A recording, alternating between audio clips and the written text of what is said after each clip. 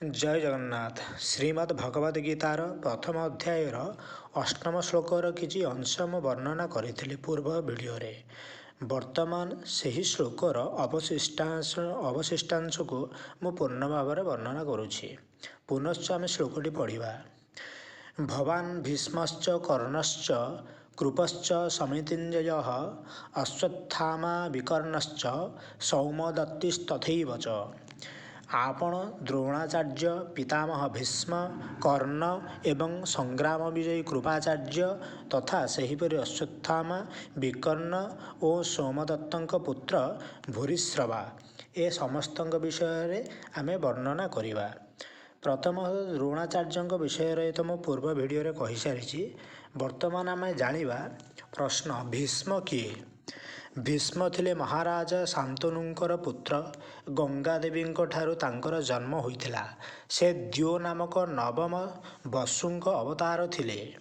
ତାଙ୍କର ପ୍ରଥମ ନାମ ଥିଲା ଦେବବ୍ରତ। ସେ ସତ୍ୟବତୀଙ୍କ ସହିତ ନିଜ ପିତାଙ୍କର ବିବାହ କରାଇବା ନିମନ୍ତେ ସତ୍ୟବତୀଙ୍କ ପାଳକ ପିତାଙ୍କ ଆଜ୍ଞାନୁସାରେ ପୂର୍ଣ୍ଣ ଯୌବନାବସ୍ଥାରେ ଜୀବନରେ କେବେ ହେଲେ ବିବାହ ନ କରିବାକୁ ତଥା ରାଜପଦ ତ୍ୟାଗ କରିବାକୁ ଭୀଷଣ ପ୍ରତିଜ୍ଞା କରିଥିଲେ। ଏପରି ଭୀଷଣ ପ୍ରତିଜ୍ଞା କରିଥିବାରୁ ତାଙ୍କର ନାମ ଭୀଷ୍ମ ହୋଇଥିଲା। ପିତାଙ୍କୁ ଆନନ୍ଦ ଦେବା ପାଇଁ ସେ ମନୁଷ୍ୟ ମାତ୍ରକେ ପ୍ରାୟ ସମସ୍ତଙ୍କର ପରମ ଲୋଭନୀୟ ସ୍ତ୍ରୀ ସୁଖ ଏବଂ ରାଜ୍ୟ ସୁଖ ସମ୍ପୂର୍ଣ୍ଣ ତ୍ୟାଗ କରିଦେଇଥିଲେ। ସେଥିରେ ପରମ ପ୍ରସନ୍ନ ହୋଇ ପିତା ଶାନ୍ତନୁ ତାଙ୍କୁ ଇଚ୍ଛା ମୃତ୍ୟୁ ବର ଦେଇଥିଲେ। ସେ ବାଳ ବ୍ରହ୍ମଚାରୀ, ଅତ୍ୟନ୍ତ ତେଜସ୍ୱୀ, ଶସ୍ତ୍ର ଓ ଶାସ୍ତ୍ରରେ ପୂର୍ଣ୍ଣ ପାରଦର୍ଶୀ, ଅନୁଭବୀ, ମହାନ୍ ଜ୍ଞାନୀ, ମହାନ୍ ବୀର ତଥା ଦୃଢ଼ ନିଶ୍ଚୟୀ ମହାପୁରୁଷ ଥିଲେ।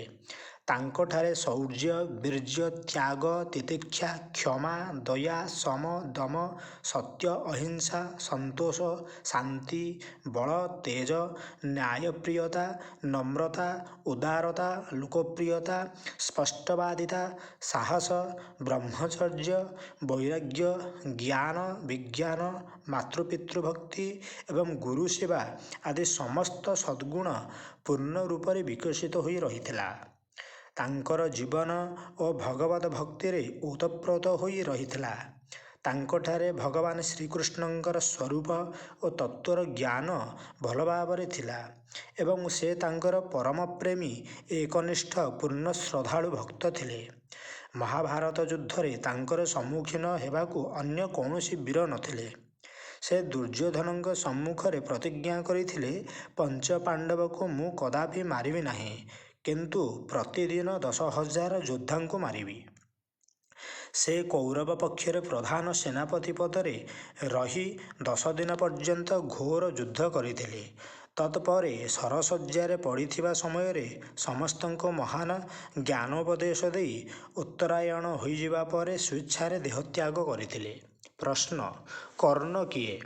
ଉତ୍ତର କର୍ଣ୍ଣ କୁନ୍ତୀଙ୍କ ପୁତ୍ର ଥିଲେ। ସୂର୍ଯ୍ୟଦେବଙ୍କ ପ୍ରଭାବରେ କୁନ୍ତୀଙ୍କୁ କୁମାରୀ ଅବସ୍ଥାରେ ତାଙ୍କର ଜନ୍ମ ହୋଇଥିଲା।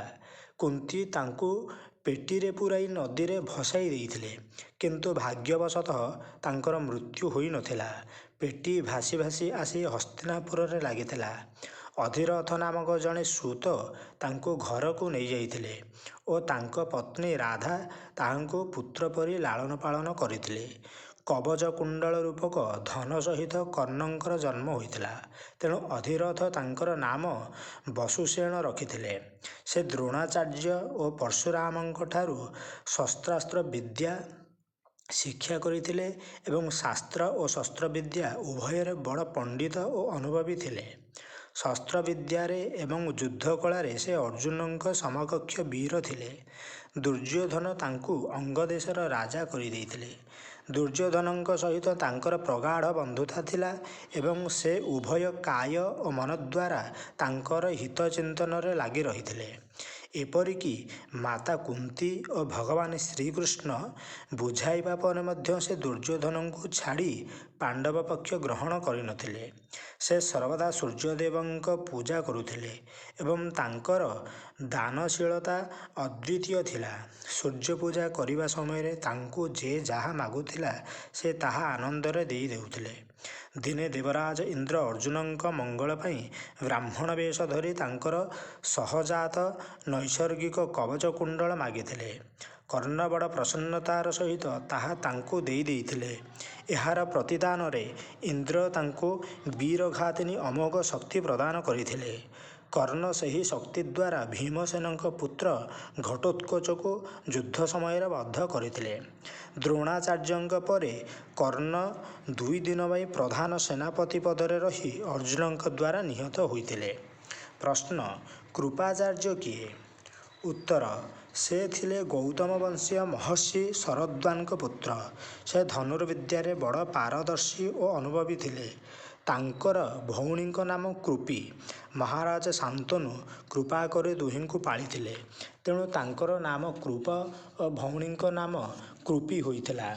ସେ ଥିଲେ ବେଦଶାସ୍ତ୍ରର ଜ୍ଞାତା, ଧର୍ମାତ୍ମା ତଥା ସଦ୍ଗୁଣ ସମ୍ପନ୍ନ ସଦାଚାରୀ ପୁରୁଷ।